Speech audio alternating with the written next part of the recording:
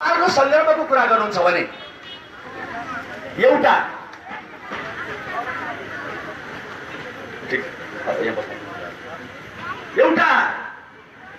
के निवेदन गर्न चाहन्छु भन्दाखेरि संसारमा नेतृत्वको अहिले भर्खर गएर तालिम दिनुहुन्छ विद्वानहरूले पनि नेतृत्व विकासको। तर नेता कसरी बन्ने भन्ने कुरा त छ। एउटा चिया पसलमा जानुस्, चारजना सानो भाइहरू आउनुहुन्छ, 2-4 क्लासमा पढ्ने भाइहरू, उहाँले पनि काङ्ग्रेस कम्युनिस्ट एमाले मात्रै भन्नुहुन्छ, उहाँहरू पनि नेता हो। आज त नेता संख्या यति धेरै छ कल्पना पनि गर्न सकिन्न। प्रत्येक मान्छे नेता, कोही कार्यकर्ता छैन, सब नेता। तर नेतृत्व कहाँ छ? नेतृत्व कहाँ छ? प्रश्न यही हो। There is no crisis of leadership in this world, but there is the crisis of leadership in this world. This is the current challenges of 21st century. 21औं शताब्दीमा नेताको खाँचो होइन, नेतृत्वको खाँचो, संसारको खाँचो हो। संसारलाई नेतृत्व दिन सक्ने विचार निर्माउने माओप्रति मेरो लाल सलाम, माओप्रति लाल सलाम, मार्क्सप्रति लाल सलाम, लेनिनप्रति लाल सलाम। अनि नेपालमा विचार जन्माउने प्रजातान्त्रिक समाजवादका जननायक मेरा पूज्य स्वर्गीय विश्व प्रसाद कोइरालाको प्रजातान्त्रिक समाजवादप्रति जय नेपाल। त्यसैगरी म नेपालको परिवेश अनुसार जननेता मदन भण्डारीले स्थापित गरेको बौद्धले दरबारलाई म पूजा गर्छु। मदन भण्डारीप्रति लाल सलाम मैले पनि जानेको छु। मैले एउटा नेतालाई काका र अर्को नेतालाई पाका आजसम्म गरिन। शिक्षकमा रहँदा होस्, शिक्षक सङ्घको अध्यक्ष हुँदा, काङ्ग्रेसको तर्फबाट अध्यक्ष हुँदा होस् या जहिले होस्, मेरो दृष्टिमा जहिले पनि उहाँका पवित्र विचारहरू गरिरहे। यी सम्पूर्ण नेताहरूले संसार र नेपाल चलाउने विचार जनाउनु भयो कि महान हुनुहुन्छ। तर तपाईँको नेतालाई प्रश्न गर्नुहोस्, बिपीको सिद्धान्त काङ्ग्रेसले कता खायो, कता बेच्यो? तपाईँ काङ्ग्रेसको असल विद्यार्थी हुनुहुन्छ। काङ्ग्रेसको आत्मवृत्तान्त विश्व प्रसाद कोइरालाको पढ्नु भएको छ। उहाँले भन्नुभएको थियो, जब शक्ति र सम्पत्तिमा निर्भर हुने मान्छेहरूको पार्टीमा हाबी हुँदै जानेछ, त्यसमा एउटा अर्को क्रान्ति छोड्नु पर्ने हुन्छ। इमान्दार कार्यकर्ताले भन्नुभयो, मैले त्यही क्रान्ति छोडे। के अपराध गरेँ? मदन भण्डारीले बौद्धले जनवादको, बौद्धले प्रजातन्त्रको स्थापना गर्नुभयो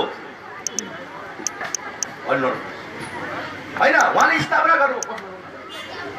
गर्नुभयो।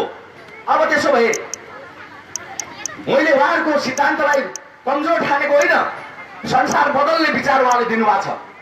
तपाईँले के साँच्चै आफ्नो नेताको विचारलाई पूजा गर्नुभएको छ, व्यवहारमा लागू गर्नुभएको छ? भन्नुहोस्। यदि 100% मदन भण्डारीले प्रस्तुत गरेको विचार पालना गर्नुहुन्छ, म नेकपा एमालेमा प्रस्तुत हुन्छु। अब त म स्वतन्त्र छु, मलाई के गाह्रो? मेरो तपाईँ दलहरूका नेताहरूप्रति च्यालेन्ज हो यो। काङ्ग्रेसको विचार साँच्चै व्यवहारमा लागू गर्नुभएको छ, बिपीको विचार लागू भएको छ। आजै घोषणा गर्छु, विश्व प्रसाद कोइरालाको नेपाली काङ्ग्रेसको पार्टीमा अहिले जान्छु, गर्नुभएको छ।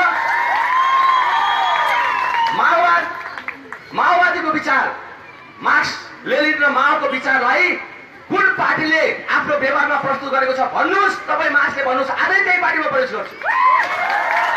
मलाई पद चाहिएको होइन। 13 वर्ष हेडमास्टरको पद थियो। 13 वर्ष भगवानले खोसे मात्रै खोसिन्थ्यो, सरकारले पनि खोस्न सक्दैन। उपसचिव लेभलको त्यो सम्मानित पद त्यागेर, पद लोभले म यो उम्मेदवारी प्रस्तुत गरेको होइन, पद त्यागेर सेवा गर्न होमिएको छु युद्धमा। मैले तपाईँसँग पैसा 11 दिउँसो गर्दा लगभग 60,000 रुपियाँ पैसा, 1 मिनटको बाटो थियो मेरो विद्यालय र घर। के मैले दुर्गम भएर पद त्यागेँ? आत्मा भगवान तपाईँको हृदयभित्र भगवान छ भने सोध्नुहोस् भगवानलाई। गेन्द्र दाहाल भएर सोध्नुहोस्, एकचोटि गेन्द्र दाहाल भएर सोच्नुहोस्। मैले भोट माग्दिनँ तपाईँहरूसँग। किन माग्दिनँ? म आशीर्वाद मात्रै माग्छु। भोट माग्दा राजनीति गर्नु पर्दैछ, बिगार्नु पर्दैछ दुनियाँलाई। दुनियाँको अस्तित्व सक्नु पर्दो रहेछ। मैले बुझेँ, यति बुझेँ। दुनियाँको अस्तित्व स्थापित गर्नको लागि राजनीतिक दलहरू चिन्तनशील हुँदो रहेछ। राजनीतिक दलका नेताहरू चिन्तनशील रहन्छन् सुर्खेतको सन्दर्भमा। म प्रश्न छु। मैले उहाँलाई आरोप लगाउन खोजेको होइन, चेतनाको लागि सुझाव दिएको। किनभने बादशाह नाङ्गिएको एउटा बच्चाले देखेको थिएँ। तपाईँहरू बादशाह हुनुहुन्छ, तपाईँहरू नाङ्गिएको मैले देख्न सकेँ, मेरो आँखाले देखेँ। ननागिनुहोस्। कपडा किनेर चाँडो तुरन्त तपाईँको विचार अनुसारका कपडा पहिराउनुहोस् र यो समाजमा इज्जतदारबाट बाँच्नुहोस्। तपाईँको जीवन सार्थक हुनेछ। हेर्नुहोस्, अब बाबुले मात्रै छोराभन्दा बढी जान्ने हुँदैन। बाबु अनुभवले खारिएको हुन्छ, छोरो बहुत धेरै बुझेको हुन्छ। आज मेरा प्रमुख सल्लाहकारहरू मेरा दुईटा छोरा छन्, गोविन्द दाहाल र लोकेन्द्र दाहाल।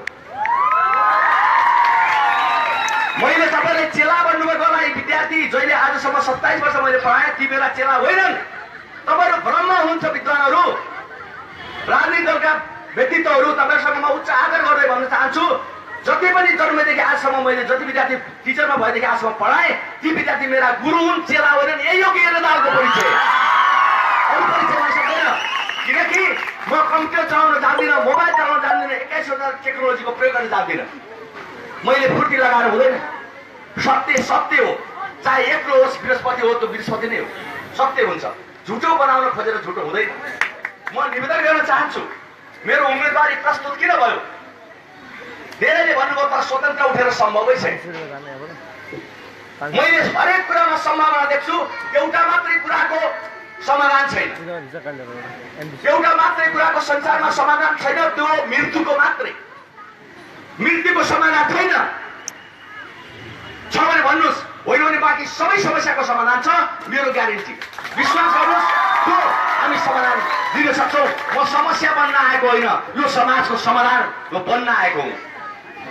त्यसैले म निवेदन गर्न चाहन्छु, हाम्रो यहाँ अहिले यस कार्यक्रममा विशिष्ट अतिथि सिंह सुर्खेत र नेपालको परिचय बनेकी एउटै कोखबाट जन्मने सौभाग्य मिलेन ती मेरी प्यारी बहिनी नन्दा बस्याललाई विशिष्ट अतिथिको रूपमा म यहाँ ससम्मान आसन गर्नको लागि मेरो सिटमा उहाँलाई बसाउन चाहन्छु। र म क्षमता भएका मान्छेलाई अपमान गर्ने प्रवृत्तिको विरुद्धमा छु। त्यसैले नन्दा बस्यालको यो राष्ट्रिय परिचय होइन, अन्तर्राष्ट्रिय परिचय होइन, परिचय सुर्खेतको परिचय संसारभरि स्थापित गर्न सक्ने साहसिक योद्धा हो। पासाङ लामको शेर्पाको नाम कण्ठ नगर्नुहोस्, नन्दा बस्यालको नाम कण्ठ गर्नुहोस्। मेरो निवेदन तपाईँहरूसँग छ। एउटा तपाईँलाई एउटा निवेदन गर्न चाहन्छु। फेरि यहाँ कसैको आलोचनाको कुरा गर्दिन, सबै विचारको सम्मान गर्दै। जसरी मदन भण्डारी एउटा मान्छे हुनुहुन्थ्यो नेपाली, विश्वेश प्रसाद कोइराला एउटा मान्छे हुनुहुन्थ्यो, उहाँको विचारले संसार डगमगायो। म टाढा जाँदिन। मदन भण्डारी तपाईँ हामी जस्तै गरिब परिवारको एउटा मान्छे हुनुहुन्थ्यो, विचार जन्माउन सक्नुभयो, त्यसैले मदन भण्डारी जननेता बन्नुभयो। विश्वेश प्रसाद कोइराला हामी जस्तै गरिब परिवारको मान्छे हुनुहुन्थ्यो, त्यसैले उहाँले विचार जन्माउनु भयो, जननेता बन्नुभयो। विचारको पछाडि दौड्ने मान्छे मात्रै विचार हुँदैन, उता फलोवर मात्रै हो। विचार जन्माउने प्रत्येक तपाईँले विचार जन्माउनु भएको छ। के तपाईँको घर चलाउन नेपाली काङ्ग्रेसको विचारले सहयोग पुर्याएको छ? तपाईँको घर चलाउन नेकपा एमालेको विचारले सहयोग पुर्याएको छ? तपाईँको विचार तपाईँको परिवार चलाउन तपाईँ र तपाईँको श्रीमान तपाईँको श्रीमतीको विचारले होइन र? म गलत छु भने सच्याउन दिनुहोस्, सच्याउन दिनुहोस्।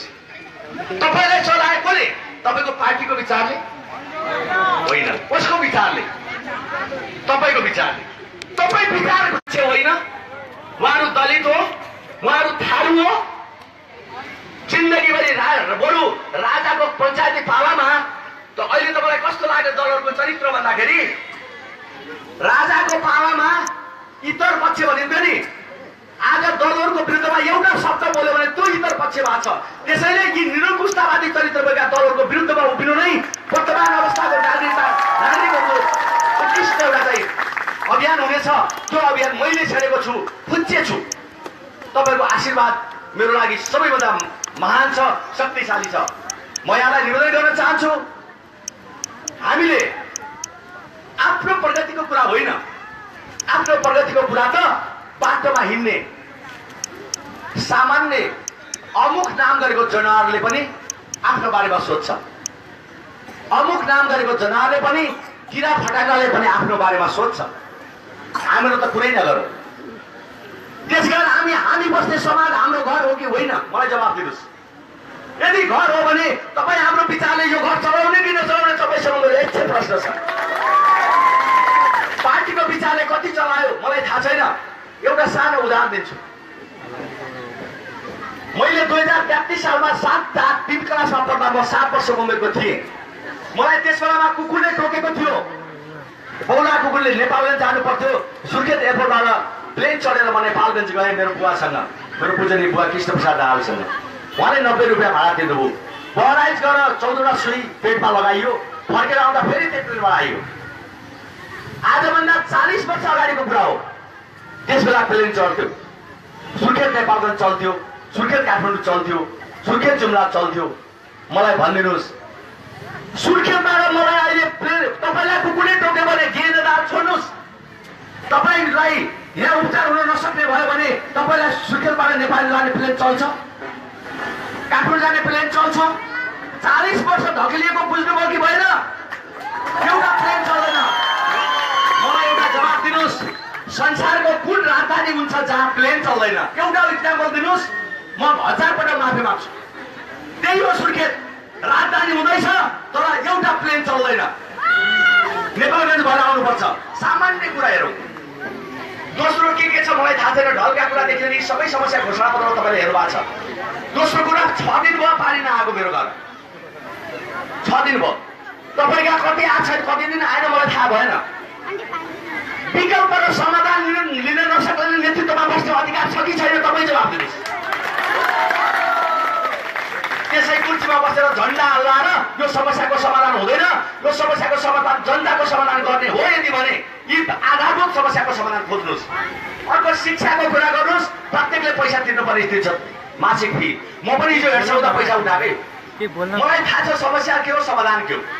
शिक्षाको विकास बिना समाजको परिवर्तनको कल्पना पनि छैन। त्यो शिक्षाको विकास गर्न 1 देखि 12 क्लाससम्म अब नगरपालिकाले शिक्षा मन्त्रालय चलाउँछ।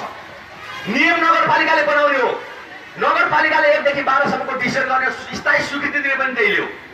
अब छातीमा हात राखेर भन्नुहोस् के निशुल्कलाई के अब शुल्क लिनमा आउने होइन। मेरो वचन पिपल मुनि बसेर बाबुआमा साँची राखेर तपाईँलाई भन्दैछु, तपाईँलाई साँची राखेर 1 देखि 12 सम्म 1 सुका पैसा तिर्नु पर्ने छैन। मेरो घोषणा हो। म खोस्रो आदर्शको कुरा गरेर चाहिँ समाधान दिन्छु। नगरपालिकाले आफै दरबन्दी सिर्जना गर्न सक्छ। टिचरका लागि यो तलब चाहिएको स्कुलमा सर्न मलाई थाहा छ। म पनि हेडसरबाट चलाएको छु। 27 वर्ष मैले पनि काम गरेको छु। त्यो स्रोत टिचर पाल्ने स्रोत नगरपालिकाले व्यवस्था गरेपछि विद्यार्थीसँग किन पैसा लिनु पर्यो? सरकार के हो? शिक्षा स्वास्थ्य जस्ता कुरामा महत्त्व राख्दैन भने के को लागि सरकार? त्यसकारण अब मेयरको निर्वाचन हुँदै छैन, वीरेन्द्रनगरको प्रधानमन्त्रीको निर्वाचन हुँदैछ जसले 17 मन्त्रालय चलाउँछ। यहाँ कुरा आयो स्वतन्त्र व्यक्तिको। म स्वतन्त्र होइन, कहिल्यै स्वतन्त्र भइन, जहिले पनि म साझा भएँ। किन साझा भएँ? खुसराका मेरा पूजनीय अभिभावकहरूलाई सोध्नुहोस्, मैले नजरमा आएका मेरा छोरा विद्यार्थीहरूलाई सोध्नुहोस्, जवाब पाउनुहुन्छ मैले दिनु। मैले इतराम स्कुलका अभिभावकलाई सोध्नुहोस्, इतरामका विद्यार्थीलाई सोध्नुहोस्, जवाब दिनुहुन्छ। तपाईँहरूभन्दा महान विचार बोकेका राजनीतिक दलका हनुमानहरू जो हुनुहुन्छ,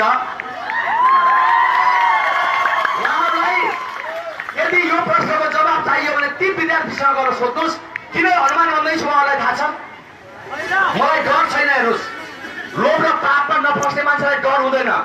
मैले मेरो जन्माउने बा आमासँग हिम्मत गरेर बोल्छु र मुस्लिम समुदायको प्रतिनिधित्व गर्दै मञ्चमा आसन ग्रहण गरिदिनु हुन म मुस्लिम सङ्घका अध्यक्ष तथा प्रतिनिधिज्यूलाई पनि अनुरोध गर्दछु मञ्चमा। यसै गरी म यहाँ निवेदन गर्न चाहन्छु, कुरा गम्भीर छ।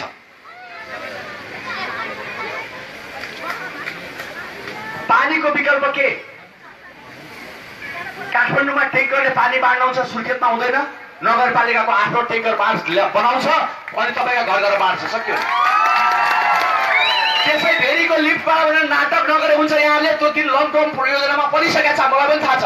मैले पारे भनेर नगर्नुहोस्, तपाईँलाई त्यही बाटो पठाएको त्यहाँ के तपाईँ चाहिँ अनावश्यक जनतालाई भ्रम छर्दै हुनुहुन्छ।